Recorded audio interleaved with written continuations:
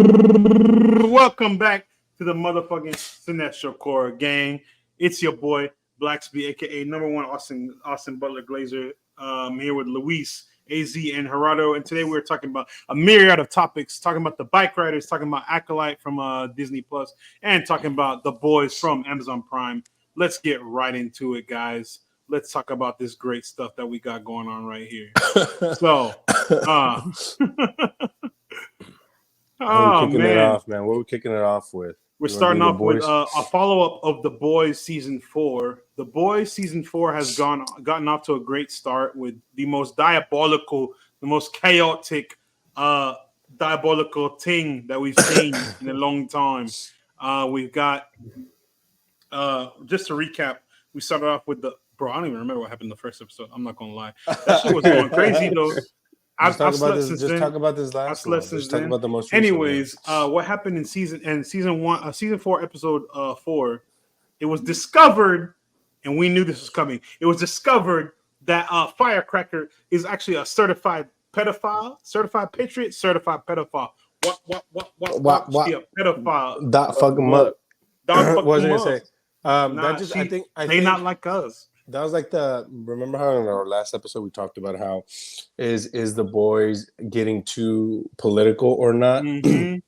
and I think they're double. I mean, obviously seasons are already. It's already written. It's already film made. Like they're just releasing it, but it just feels like they're just doubling down on that. They're just like, yeah, like we're just gonna lean into like the real life parallels and this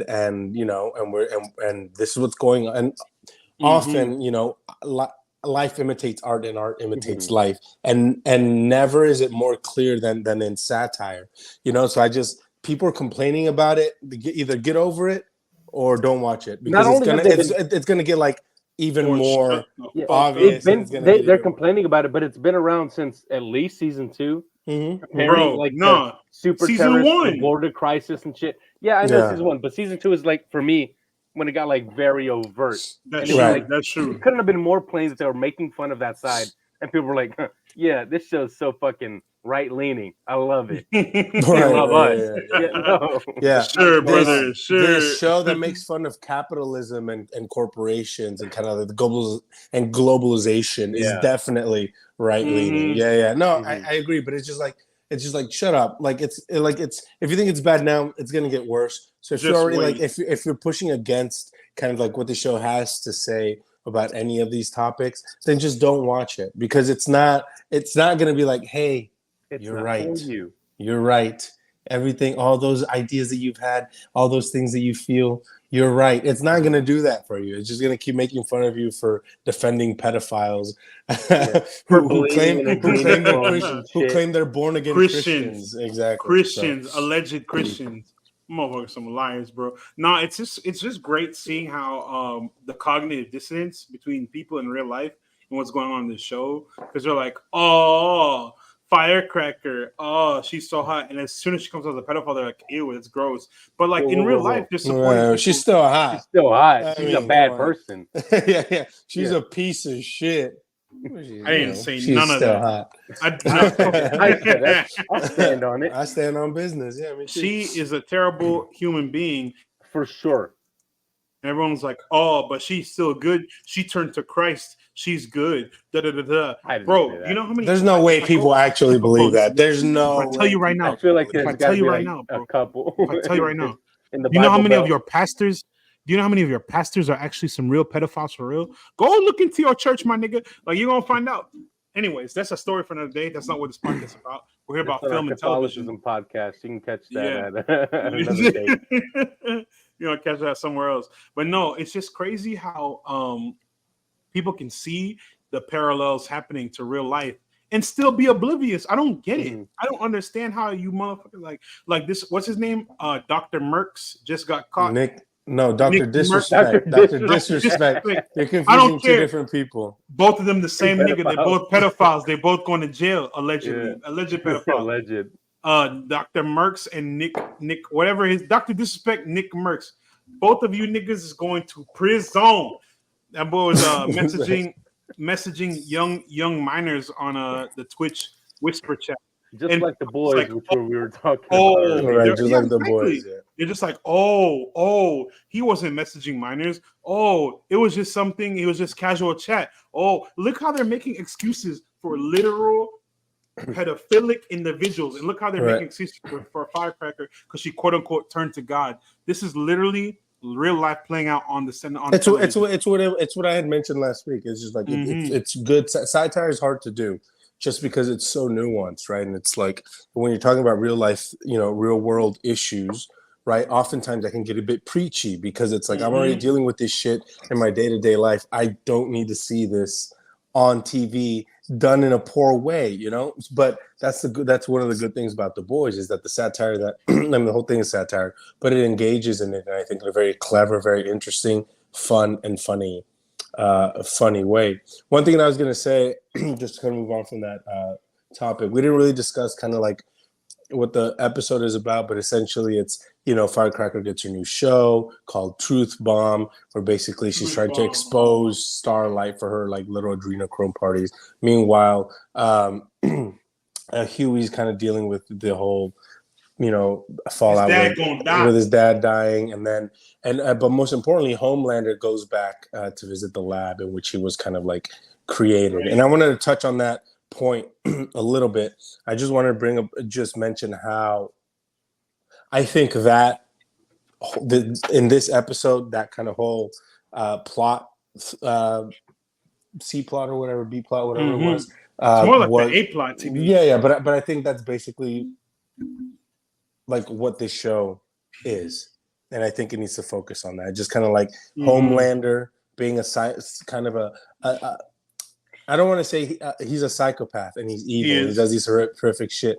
But I really like how they touched on his past and kind of like what trauma does and like this idea of like hurting people, and I just thought that was really him realizing that he needed to get rid of his humanity and everything that tied him to his humanity and kind of getting revenge on the people who hurt him and made him into who he is so he could then be even worse than he already is. I thought it was just brilliantly executed and brilliantly written and phenomenally performed. I think he's better.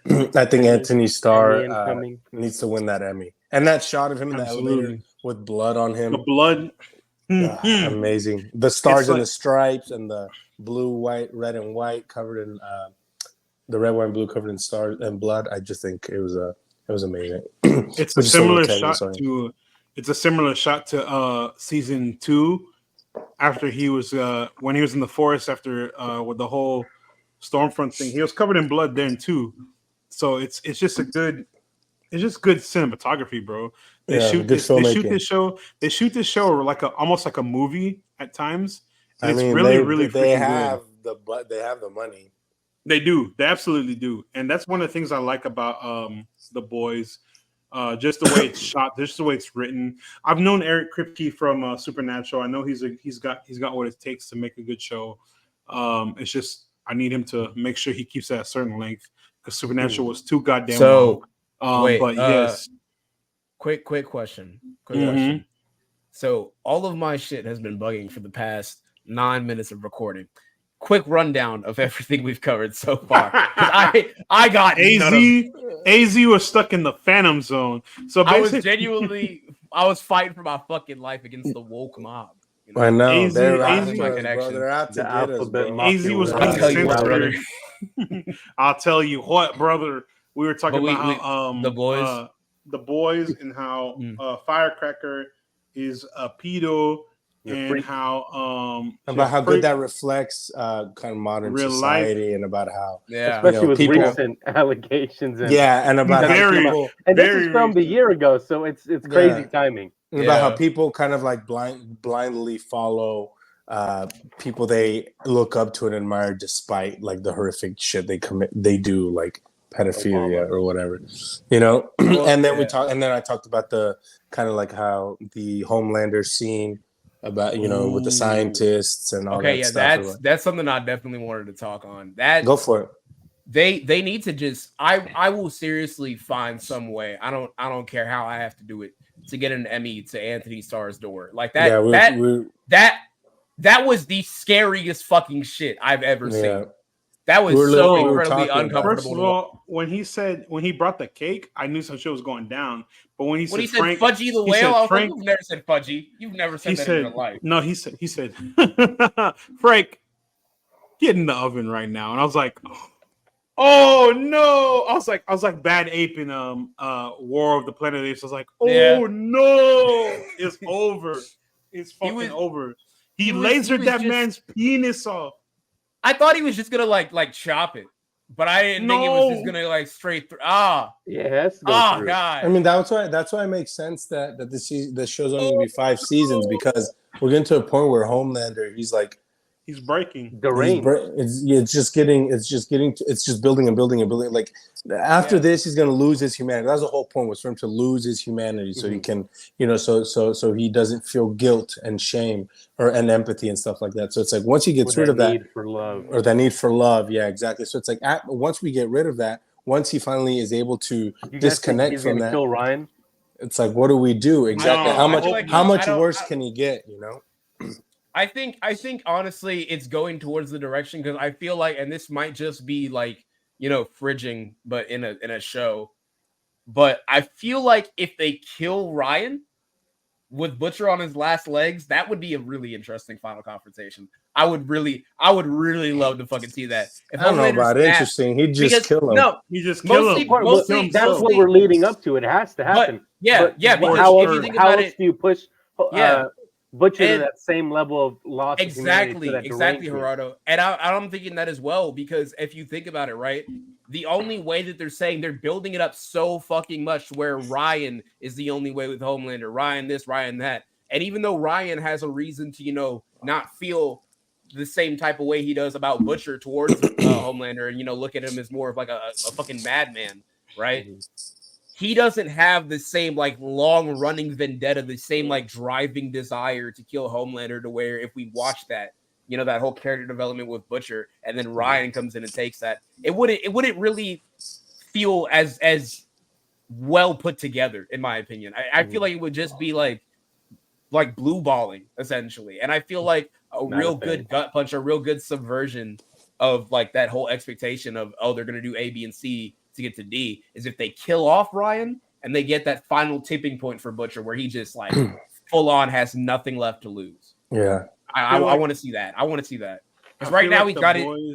Oh, sorry, Matt. I just want to real quick get this off. I just thought of this. So the whole season has been about Homelander shedding his humanity versus that dichotomy towards Butcher of him shedding his humanity. Hitlerlander. Right? And I think what would make it really Hitlerlander, yes.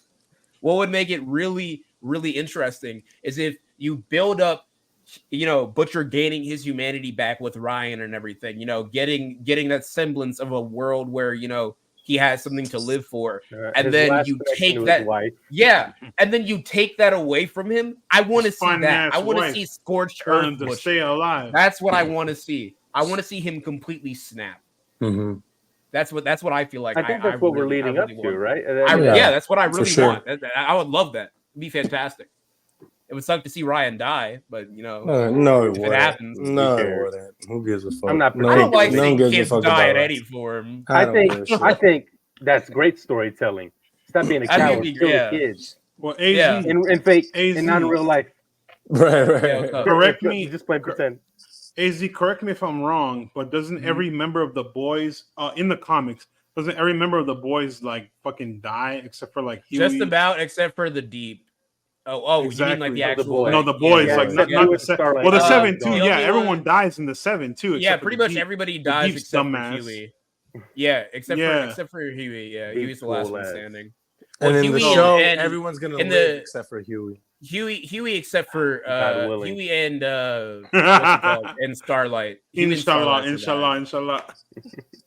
I was just Huey and Annie survived. Wanted to mention how because I know we're only touching on this briefly. I like how I mean, you can obviously tell Eric Kripke's experience in television because of how well the seasons flow. Oftentimes you have shows that sputter to start or are kind of up and down, aren't very consistent all the way through.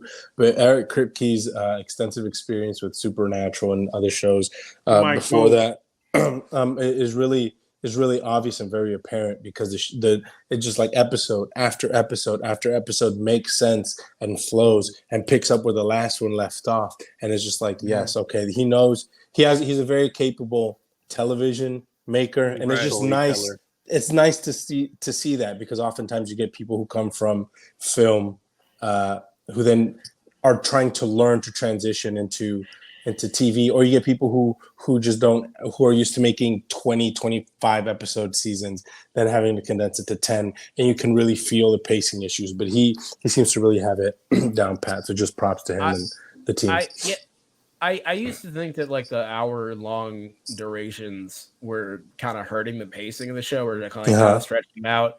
But after these past few episodes have come out, I think I'm more and more starting to like it.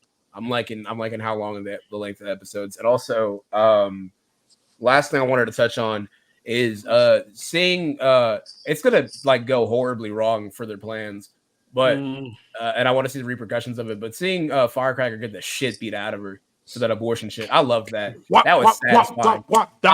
I was like, oh, she threw her over the table, fucking just started fucking whopping her, dude. Molly whopping her ass. Got her up in the ass. I don't know. Got her up in the ass. Bad bitch is fighting the ugly bitch. Fucking grabbed her by the hair and starts fucking speed bagging her. Oh man, she not ugly, dude, but she racist and she a pedo. Fact. That makes her ugly. That's right. No matter she's how ugly, an ugly soul. She ugly in here. She in her soul. She where ugly. It matters. And you know what? Exactly. Erin, what's her name? Erin Moriarty. Big props to her. I know it's a tough role to encapsulate.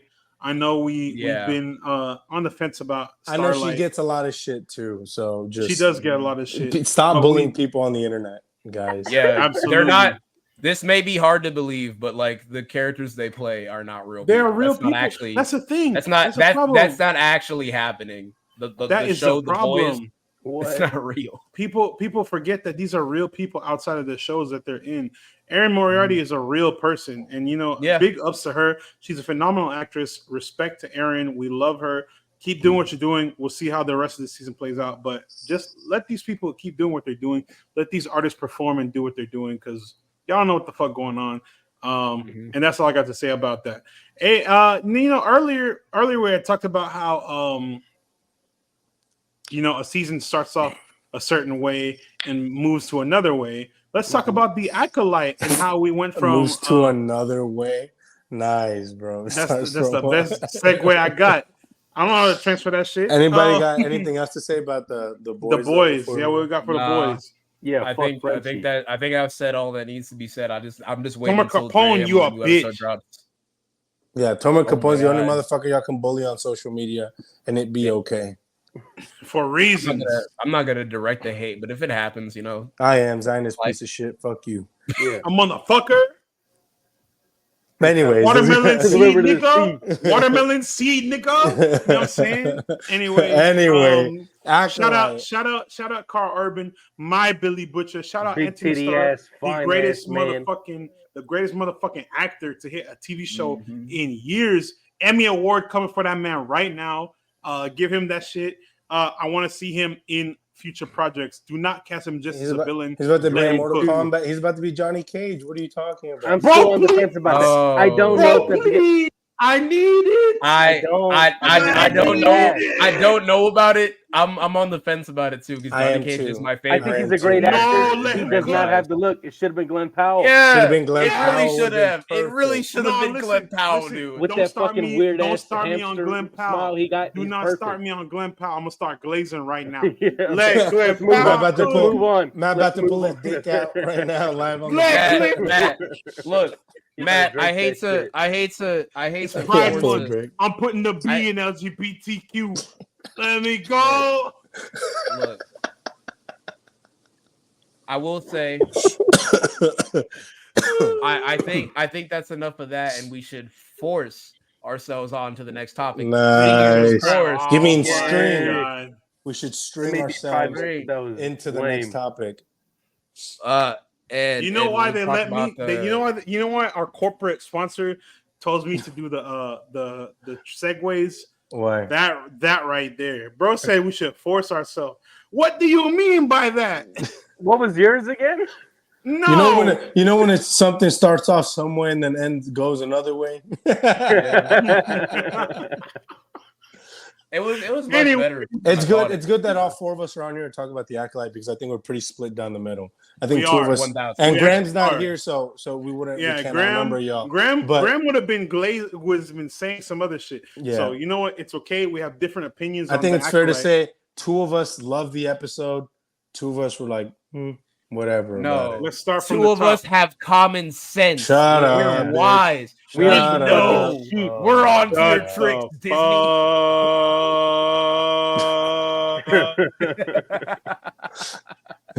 All right, let's talk about Oh. the Light. The Woke Light. The Wokalite. You talking about? You know, hold on. You talking about the Gasolite? Gasolite. The Gasolite. The Real, Wokalite. real Wokalite is good crazy. or light. The real or light. You know what I'm saying? The Light. I can't say I that. thought it was I'm gonna fucking get awesome, banned. dude. It was awesome, bro. I agree. It's like, what else do you want, bro? Manny Jacinto look hot as fuck. Bro. Cool as shit, killing Thank everybody, you. using the Thank fucking you. force. Oh, He was yeah? they I'm killed telling off you. two main characters. People probably didn't think were gonna die. You know, I was hoping. I didn't. I I was thought hoping. Jackie Look. and Yord were gonna be around to the end of the episode. But guess I'm what? gonna I be think, honest. I think, Jackie I pack. think We the smoking writing. Yord I'll give pack you guys right this. now. I think the writing. No, don't is don't iffy. give me what I was about to say, bitch. Yeah. Let me say it. I think the writing is iffy, and The writing story is is not dog good. shit, dude. Some of the performance, including Yord and Jackie, Yep. were ass. Jackie was okay? not They're very ass. wooden. We're talking They're about very this wooden. episode, bitch. This episode. Okay, we're talking about this episode. I'm glad Yord got his bitch ass neck slapped. No disrespect to the actor. Yeah. I'm sure he's great. Right. I don't think he needs to be an encyclopedia of knowledge for Star Wars. People think that are fucking stupid. You're fucking losers. Yeah. Yeah, they're dumb. Mhm. But dude, no, I do like that they killed off main characters. I think that's cool. It gives the story stakes. I think that's something that Star Wars needs because no main character 1000%. ever fucking dies. Mm-hmm. And I think some of the line delivery in this episode was dog shit, man. It- We've been From complaining who? this whole time. I'll say it. We've been complaining this whole time about young Osha and May. But Yeah. goddamn, grown Osha and May are not great. That's what I'm saying. Okay, I love for some reason, Amanda. I think she's Yeah. great in Bodies. I haven't seen her in anything else. But this, what She's I don't a great know. I don't know if actress. the director. I'm sure she is. I think But it's just the like, material, not, dude. She's not clicking with this. Oh yeah, And she's that's not sucks. clicking with it. I don't And think it's that's a because direction I thing. want I to don't think it's support a performance You know me. thing. You know me. It's. All right. I want it's. to. I I want think to it's. love her. It's a lot of the material. Like a lot of the time when it's delivered, I'm just like, It feels man, flat. It feels flat. it But feels that's very Star Wars, first bro. take-esque. You know, That's it feels very. Star Wars in general. No. Fuck me, right? No. We both we all Andor. watched Andor. Shut the I was wa- about to say we shut all the- saw That's true. Andor. Hold on, that's true. They can do it.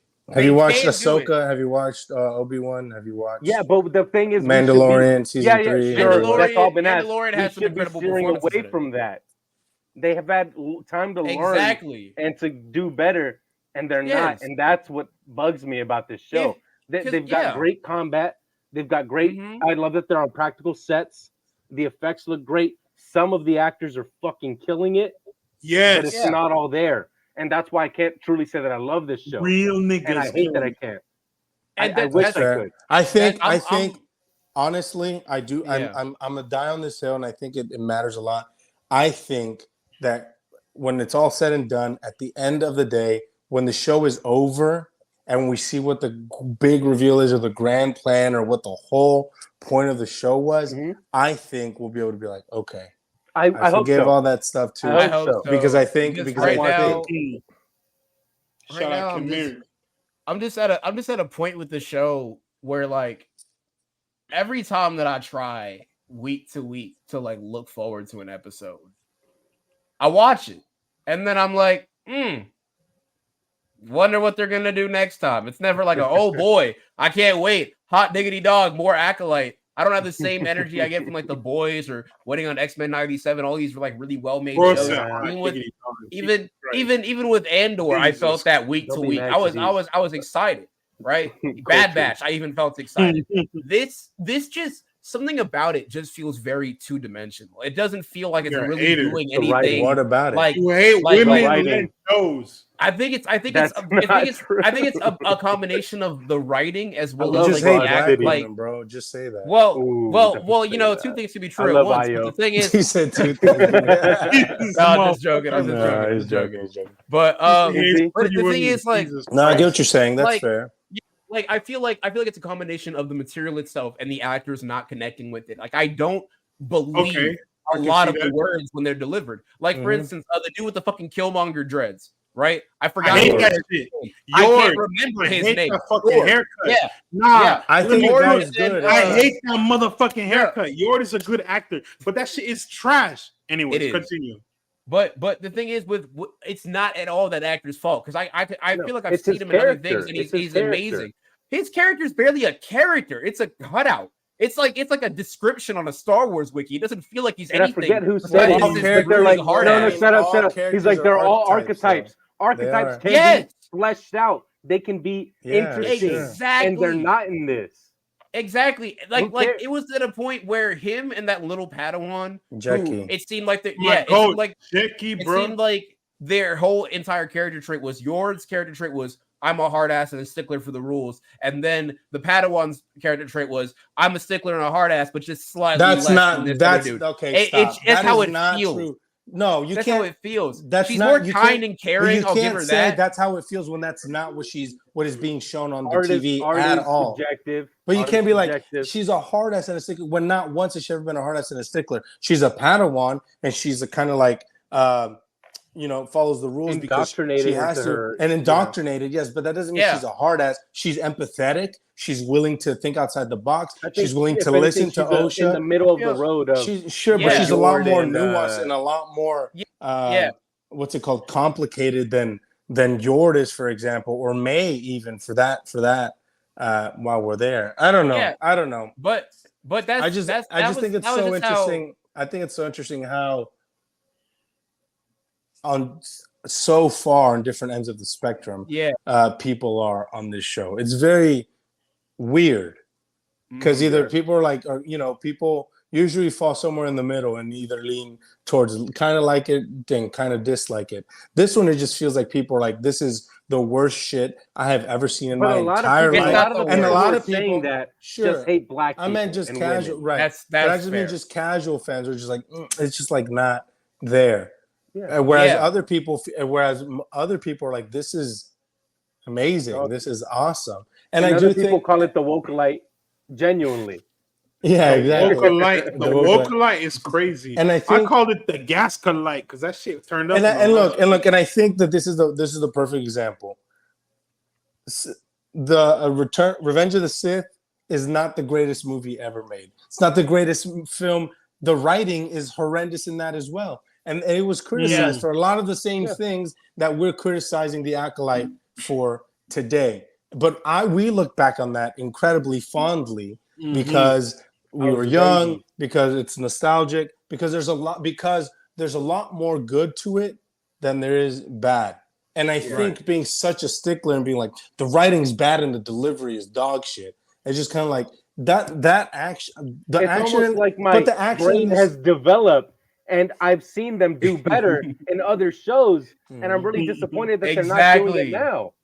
That's the same sentiment I have because I'm like, shit. Yeah, I'm saying the show is like very like middle of the line. It's like it's okay. Because the bad really outweighs and it's great. The bad, yeah, though. The bad, the writing, the characters that I don't like, that I don't feel offer anything.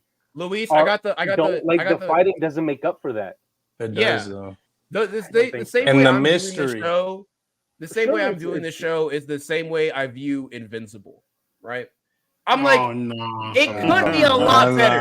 It could be a lot better, brother. Oh, brother. Let him make his point. No. It's the same feeling I get from Invincible, where I'm like, I know they're capable of greater things, and I know that they have those moments where they get me. Like, problem is, we already have 2 seasons of How are you Invincible. fucking it up? We have 2 seasons of Invincible, and we have half a season of the Acolyte. That's fair. But I'm saying I'm getting the same kind of energy, the same kind of aura in my mind from that, the same kind of familiar feeling where I'm like, I know they're capable of great things with this IP, great storytelling, great visuals, and all that. And the main thing they're hitting is like visuals, great, right? Storytelling, it's in the middle there, right? But then I get to the bottom rung, and I'm just like, Like, I guess when what's her name? I literally can barely remember anyone's fucking names. Hey girl, the little girl, hey the little girl Padawan died, Jackie. right? Jackie. When Jackie died, I genuinely felt a little bit bad. I'm not gonna lie. R.I.P. my goat. Like when she pulled out the dual, when she had the lightsaber up in the fight, right, and then she's like, second lightsaber, like, okay, that's hard. That shit was hard, bro. I'm telling you, fuck it up, right? That shit was hard. But then anybody doing dual wield is hard as fuck. And then when she died and she got stabbed like fucking like a fucking hole punch, I was like, okay, that's badass. That's fucking cool, right? And I genuinely felt bad because she was a character, you know, she had like actual emotional moments, right? Yord got his neck snapped, and with the brevity, I was just like, all right. Cool. I think my thing is like Star Wars for the most part has never been anything that has been the most wonderfully written thing ever. From the originals, let me make my point. From the originals to the sequels to the prequels, they've all been pretty mediocrely written. But the high points are the action, the filmmaking, the sets, the music, the cool moments, and the shit that is cool about it is what outweighs all the bad things. Andor is an exception, not the rule. Not every Star Wars show can be written and show ran by Tony McNamara, by Tony Gilroy. So it's just up until Andor, like the Acolyte was basically what Star Wars was. Middle of the road, kind of just action adventure for young people. For babies, say for kids, for young people, right? And then it wasn't until and so it's like, and so what I'm trying to say is that you're like, oh, the action doesn't make up for the bad writing, and it's like in my head it does, because those are all the stuff that I love about Star Wars are the sets, the cool creatures, the cool action, the cool characters, and it's like Andor doesn't have any of that really to play with. So the writing has to be good. Great. The storytelling it has great set pieces, but it doesn't have lightsaber. Doesn't have lightsaber duels. It's got fucking blaster heists, dude. Don't act like action doesn't exist in Andor. That's not what I'm saying. It has a whole fucking riot and revolution. But nobody was like, my favorite part about Star Wars are the blaster fights. Sure, but what do people say? Recently people are like, what's your favorite part of Andor? Or Star Wars, are like, it's that fucking monologue where they rally all the prisoners to. Everyone says that, or is a lot of people say that. That's mine. That's mine. That's such a great fucking scene. But what I'm saying is, I agree, but I think that's such an echo chamber. I think argument. I don't think the vast majority. We do, yes, we love that shit. We think that's great, but I don't think casual fans are like. My favorite thing about Star Wars is that speech that Stellan Skarsgård gives on that. Fair. You get what I'm saying? They're like that reveal. Real niggas like that script right there. Real niggas like that reveal with Kamir, where he pulls out the little fucking baby lightsaber and he turns it on. The double blade. I think casual fans will be like, "That's fucking suck sick, him off." Bro. That's dope. I said that was sick. Exactly. Suck him off right now. I get what you're saying. You're goated right now. All right, man. I get what you're saying. I think y'all's criticisms are incredibly valid. And I agree, and I'm right. Also, what's his name is his name is Kamir, right? That's the name that he gave. Kamir. I don't think that's his name, but that's the name he used. But his alias. Kamir. The moment his name. I literally said that. Like Drake, Aubrey's name is Drake. I knew it was him when I saw those ripped ass arms. Niggas' arms was. I said that's that guy from the fucking Good Place. I seen that shit. That nigga arms was looking like he work out, and I said that's Kamir. It's gotta be niggas. It was Kamir. I literally called it last week. I was like, I swear to God, everyone if did. Turns out it wasn't this guy. if it turns out to be this guy, that I just feel like that was lazy. I was like, I would have preferred it to be like. Although I do like what Luis was saying when he mentioned it to me. I don't know if he mentioned in the group chat. Luis, tell them what your theory about Kamir's reveal. He's a fake Sith. What do you mean? What was that? You say it because he's not the main Sith. Well, Luis said that. Well, not that he wasn't the main Sith, but that this is basically small potatoes. His reveal is whatever. It's not inconsequential. Important. Yeah. What's important is what happens between May and Master Soul. Oh, we're gonna learn about Master Soul because clearly that's something that he's hiding. He alludes to what he's like holding in and like what he's been like repressing, and I think that is a very interesting. I would love for them to continue. If he was also I think making, and I mentioned this last time when we were talking about when we were like, Kamir's probably the Sith, that everything leads towards that. But I think again, Leslie Headland's a very smart person, and I don't care what anyone says. And she would not. People are like, oh, it's so obvious that it's. I was like, I know, and I think she knew that as well. I think that's purposefully done. I don't think they were trying to hide the fact that Kamir was the Sith. That's what I'm saying. And there's still 5 episodes left, so I think there's still plenty more game to be played. So I think it's all purposeful, leading to something else. Yes. But my call. I don't know. We'll see.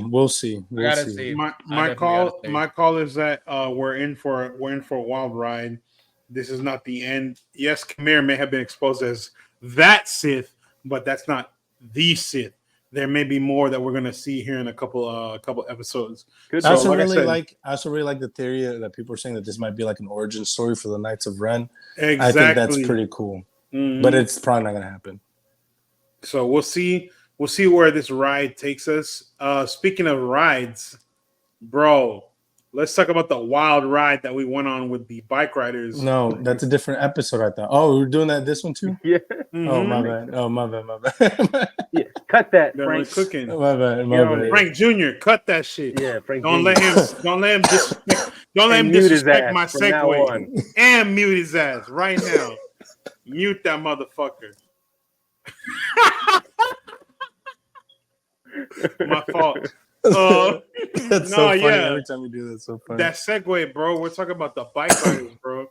One of the best, honestly, one of the sleeper movies of the summer. For sure. If you don't know about the Bikeriders, it's about a journalist who embeds himself into a gang of bike riders in the Midwest of the United States. A bike club. A bike club. My fault. Yeah. Don't jump me. Vandals, don't jump me. I want to be part of y'all. Don't jump me. A motorcycle club in the Midwest that the journalist embeds himself in, kind of documenting their time from 1965 to 1973. Yeah, and, taking pictures, interviews. Just taking pictures, doing interviews. And it's a great story, a character study overall.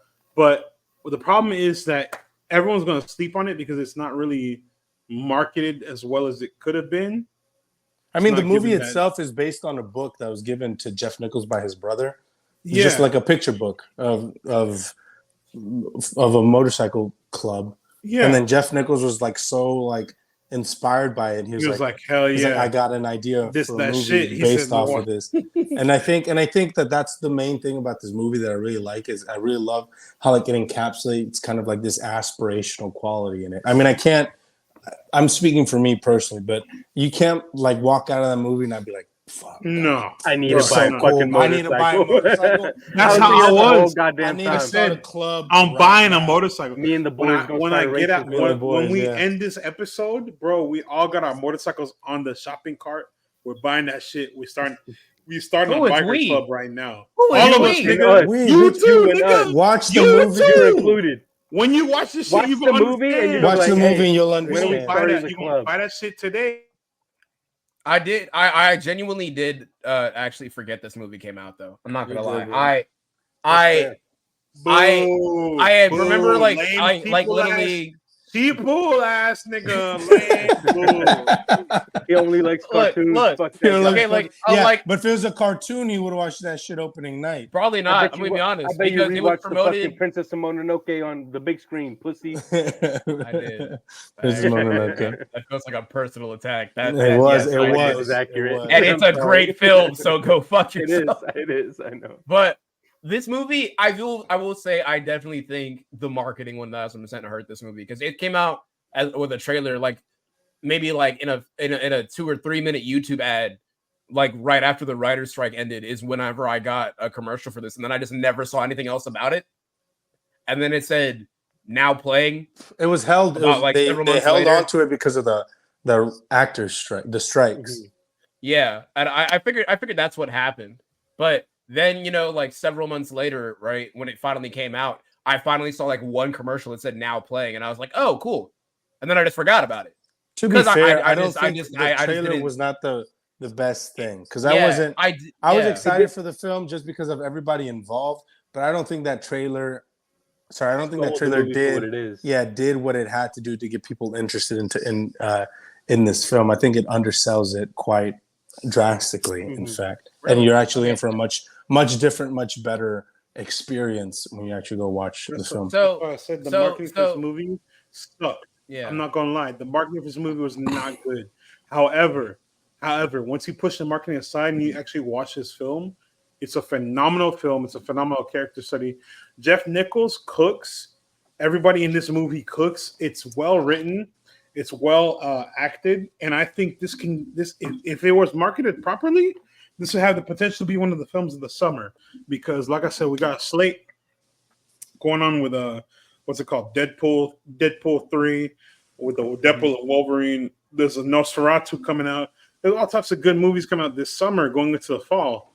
But Bikeriders could have been one of those #1 hits if they had marketed it properly. That's just my take. So. What Jeff Nichols does, I think, so well with this movie is that it really captures that picture book-esque quality very well. I think there's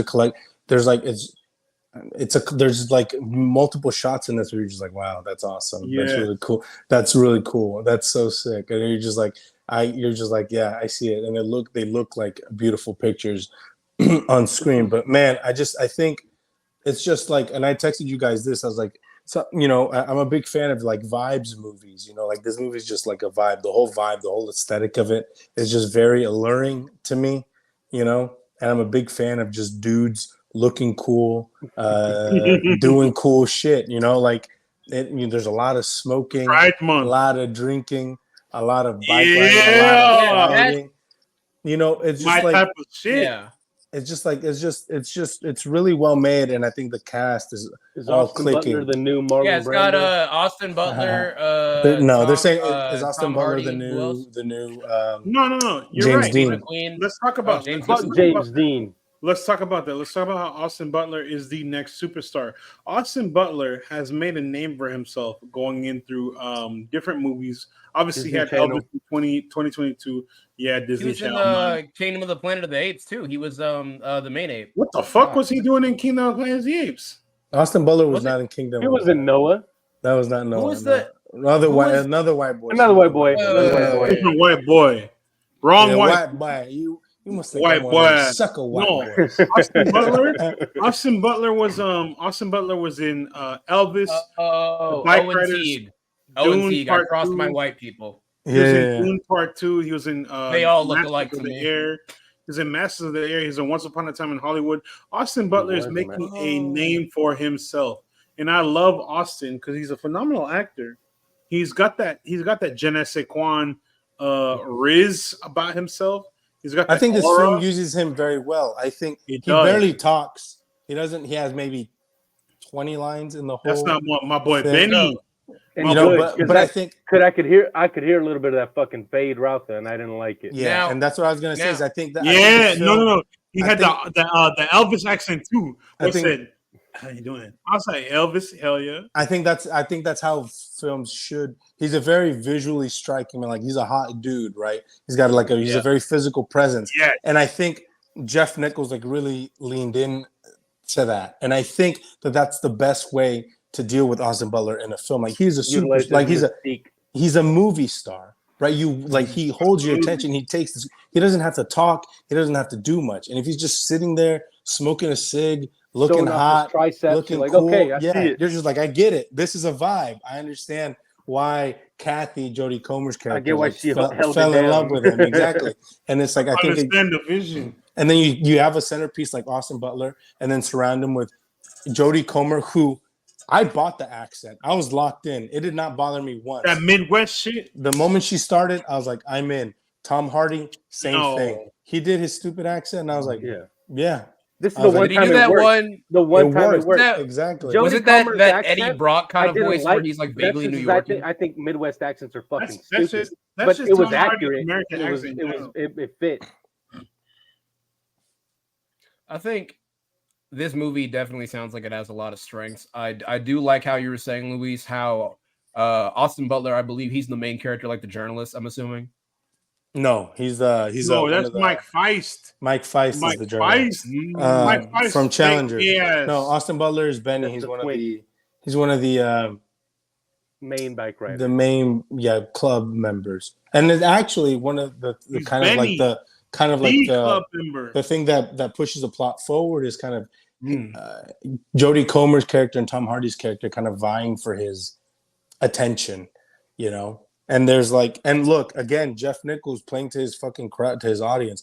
There's this scene between Tom Hardy and Austin Butler that's not explicitly homoerotic, but there's like an undertone of it.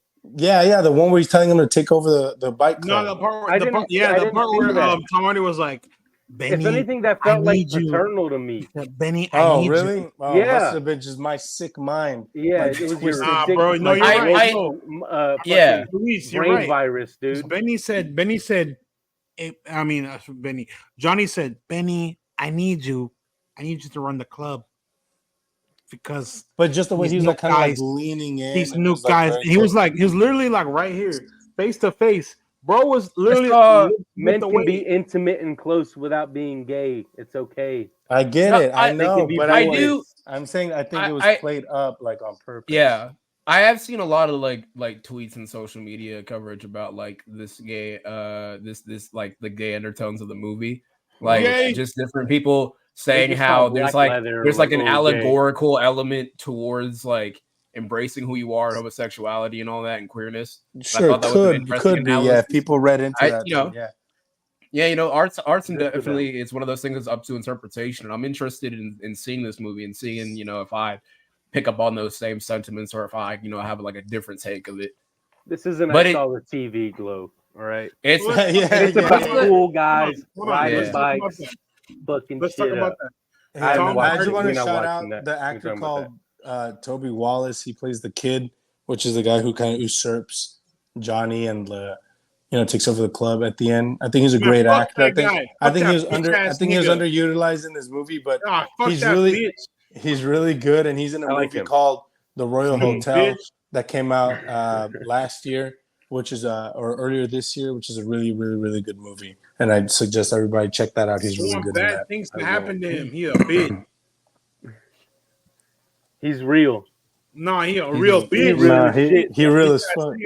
Only pussy niggas will bring a gun to a knife fight. Pussy nigga, you a bitch. No, that's called strategy. He's smart. Why would I get stabbed like some kind of Englishman when I can be shot like an American? Why don't fuck what it is? You a bitch. But that depicts kind of the difference in the bike club, the changing of the tide, right? About how Johnny was, although he was kind of shitty, he was kind of honorable, right? And he had some sort of moral code to live by, right? And the kid has nothing. He's just a piece of shit who's just using this. He's a violent pussy. Clearly came from a broken family in a small scene. Bitch, nigga. He's what Benny could have been. If I think so, I think that's what he was. Like if he didn't find Jodie Comer, the anti Benny. It's got like a mirror. Okay, like no, Gerardo's right. He's the anti Benny. He's what Benny could have been if he was like a piece of shit. Wanted to take gave into his dark temptations. Like his bad shit. His baser instincts. His baser instincts. Yeah. So let's talk about Tom Hardy and how Tom Hardy sold this role really well. He continued to impress during this entire performance. Johnny was a character written to kind of be almost like in the background. In my opinion, he's going to be a background character, but he managed to be a main character simply because of how Tom Hardy portrayed Johnny and how how He's a supporting character for sure. manipulated that script into his own desire. Johnny was not going to be a main character. Let's be for real. But Tom Hardy has that star power. Tom Hardy has the acting prowess to make a side character into a main character. Tom Hardy's been in whatchamacallit? Inception, Legend. What's it called? What's that shit called? Was in Inception. Holy shit. Bronson. Bronson. What was that? What was that one where he played the twins? Legend. Legend. Oh no, not Legend. Legend. It is Legend. It is Legend. There's in that one movie. He was in Lawless. Shia LaBeouf. Mm-hmm. Venom. Venom. Tom Hardy's one of those confusing actors for me, purely because like I've seen him in great things, and then I'll see him in something else that's like not good, and I'm just like, what are you doing here? You're better than this, Tom. He's got to work. Rent's not due. Rent's due, but it's not. Rent is due. It is due. He's got to do Venom so that he can make the Bikeriders. That's like fair. He was really in Bane. He was in Tinker Tailor Soldier Spy. He was in Bane. I'm like, this dude's a fucking phenomenal actor. And then he's in fucking dog shit ass movies like goddamn Venom, trash ass movie. Dog made a shit theme cinema. song with Eminem, and they thought it was gonna be good. What a bunch of good. That's the GOAT. What do you mean? Has been. That's the GOAT. What do you mean? Has been. He's the guy who had like D1 status in high school and then goes back to coach the team. That's what he feels like to me. What's crazy is he ain't coaching shit. Exactly. Besides Mountain Dew enthusiasts and kids who buy Monster Energy hats. Venom. And then just stacked cast: Austin Butler, Jodie Comer, Tom Hardy, Mike Face, Norman Reedus, Michael Shannon. And Boyd Holbrook. Which I love. Oh, my fucking boy. Put Boyd Holbrook in more shit, man. Fuck. Luis, you're right. Let's talk about that. Let's talk about the gang all being here. This is one of the most stacked casts we've seen in a while. You just mentioned everybody I want to talk about. Jodie Comer, Boyd Holbrook, Michael Shannon, Norman Reedus, obviously Tom Hardy, obviously Austin Butler. This is a very stacked cast. These are people who know what they're doing. These are actors who have been known for good performances across all the mediums that they're in. So let's talk about that. Let's talk about how these guys have come together to make a good movie. And let's see where they go from there. So who wants to start? You can start.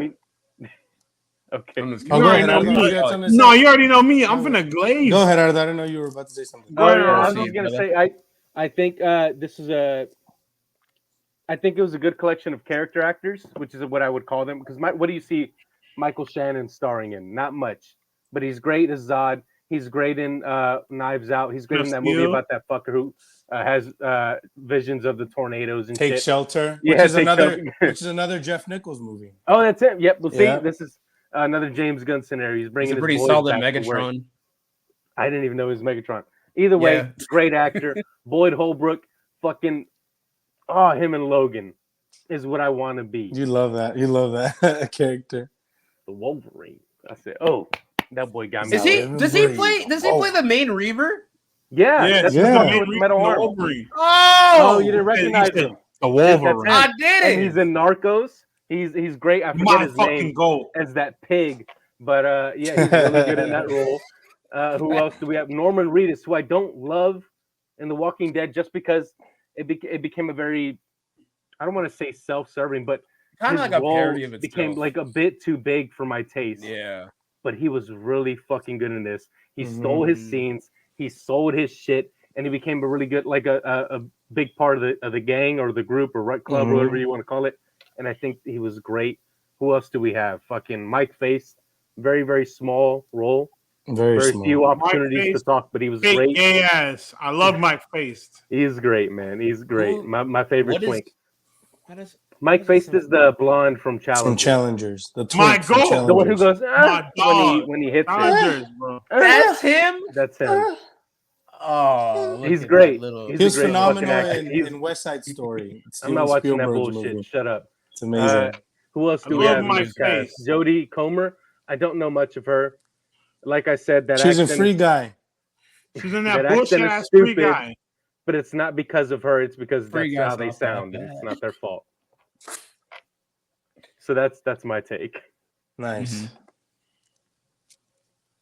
Matt? Nah, yeah, I already know this cast is cooking. Fuck as hell. Fuck as hell. Fuck as hell. Hell yeah.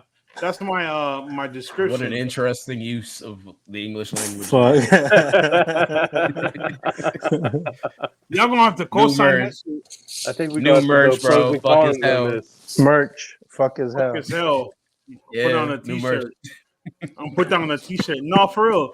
Jodie Comer portraying Kathy, phenomenal actress because Jodie Comer plays kind of the not really the middle person, but she's dealing with all the shit between Benny and the Vandals and everything.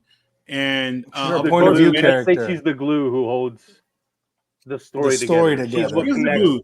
You're right. She's the glue. every era that the gang goes through or whatever. Exactly. And then of course Benny is across all eras.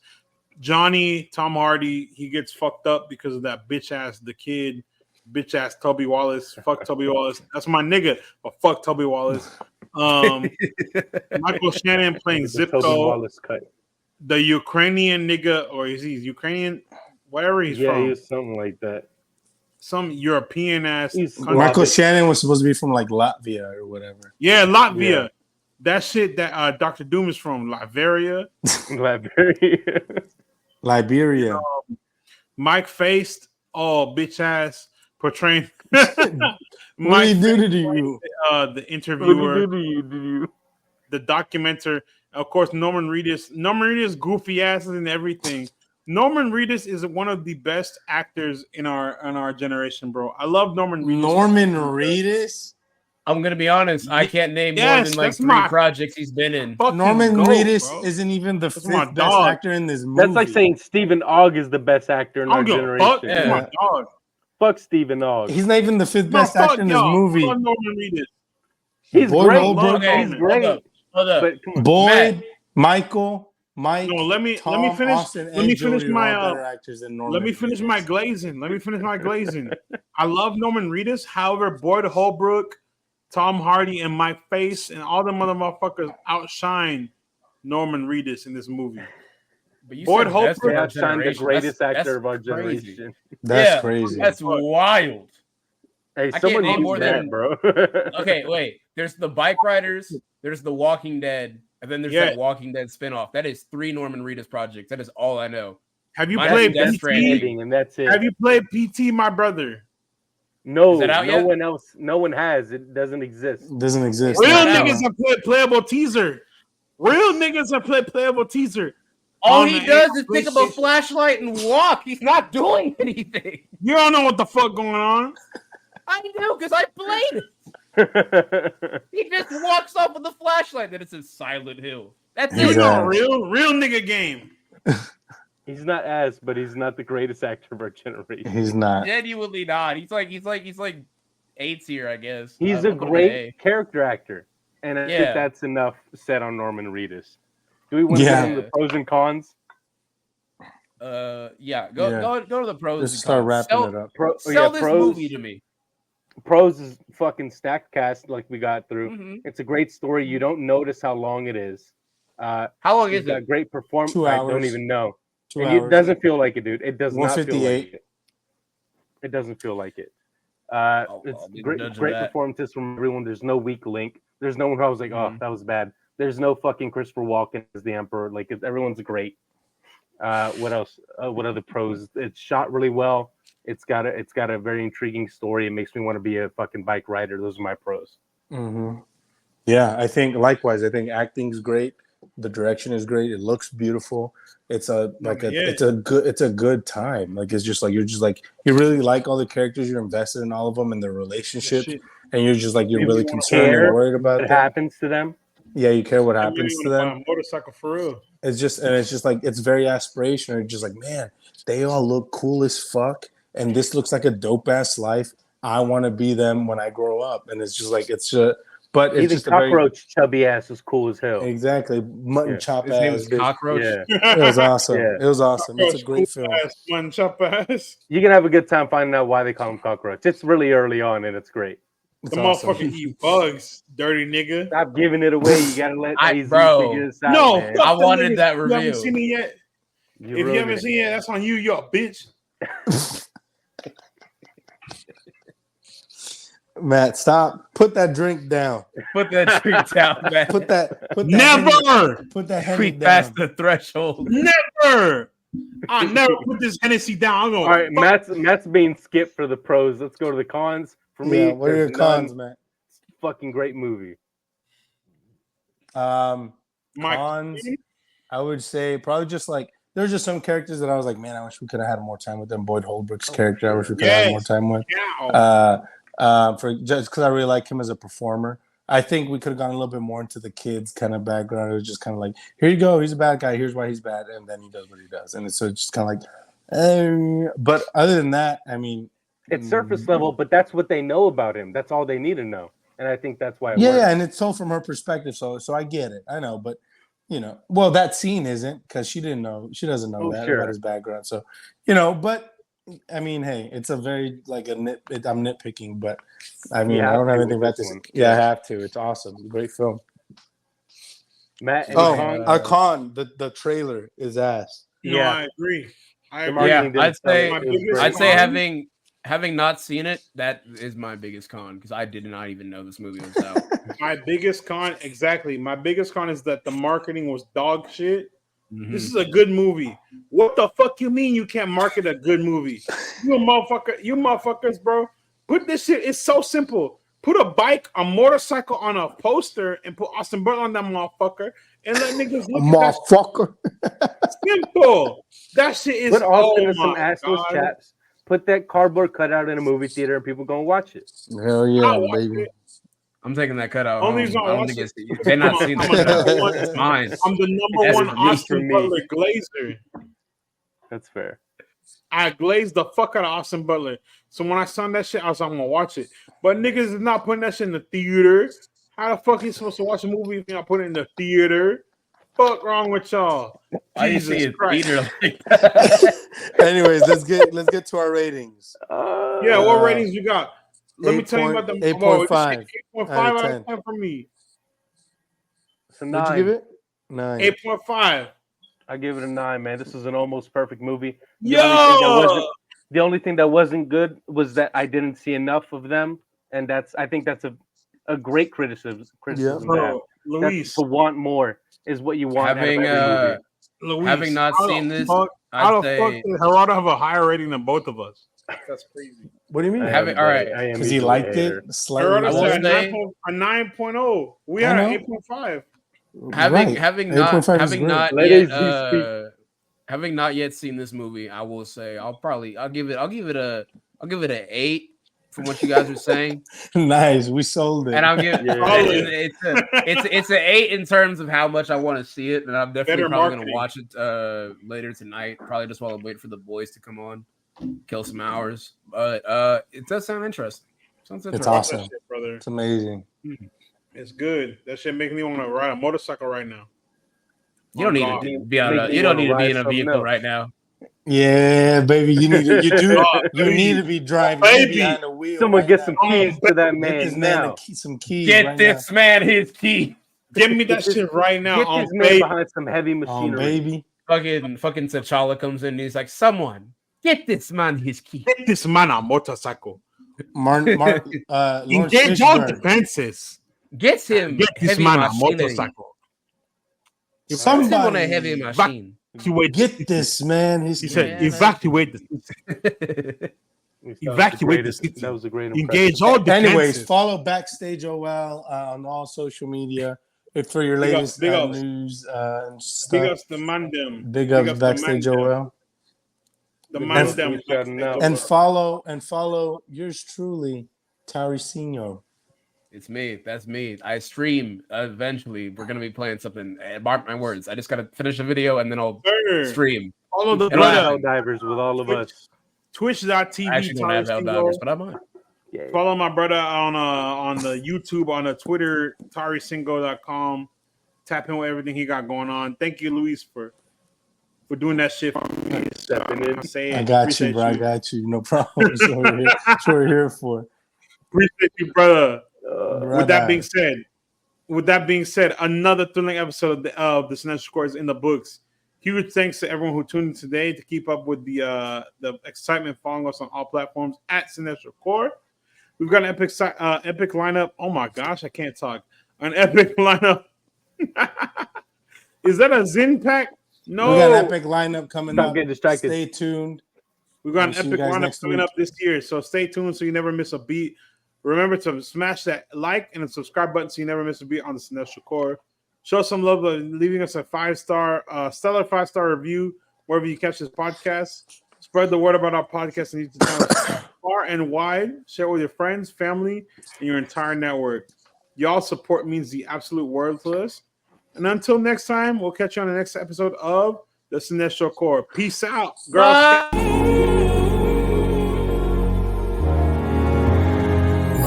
We're the kings of the screen, yeah. Cinestro Core, we're the dream, yeah. New episode Saturday afternoon.